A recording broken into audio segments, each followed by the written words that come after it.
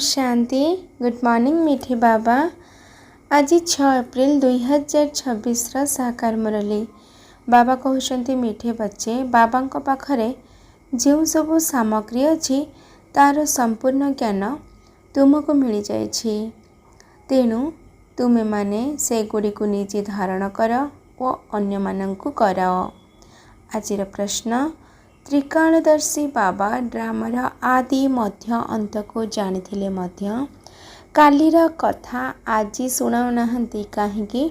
उत्तर, बाबा कहउछंती पिला माने जदि मु पूर्वरु ही सब कथा शुणाई देबी तेबे ड्रामार मजा ही समाप्त हो जिवो। एभली नियम नाही। सबु किछि जानिथिले मध्य मु ड्रामार अधीन रे अछि। पूर्वरु शुणाई पारिबी नाही, सेथिपाई आगको कौन हबो से कथा चिंता कर नाही। आजिर गीत मरना दिली गली में। ओम शांति।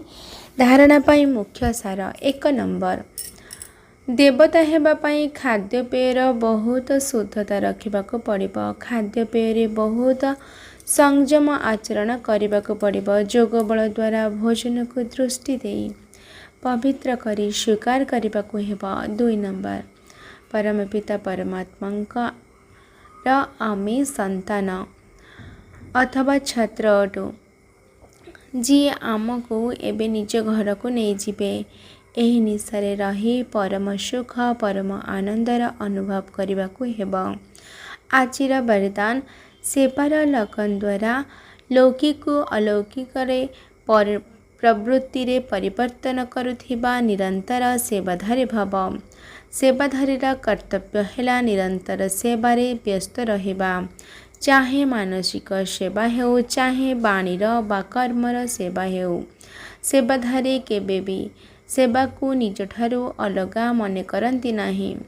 जेउ मानंक बुद्धि रे सर्वदा सेवार लगन लागी रही थाए सेमानंकर लौकिक प्रवृत्ति अर्थात घर गृहस्थ कर्म परिवर्तित होई ईश्वरीय प्रवृत्ति होई जाई थाए। काहेकि ना सेवाधारी निजर घर को घर भावंती नाही, सेवा स्थान मने करी चली थांती।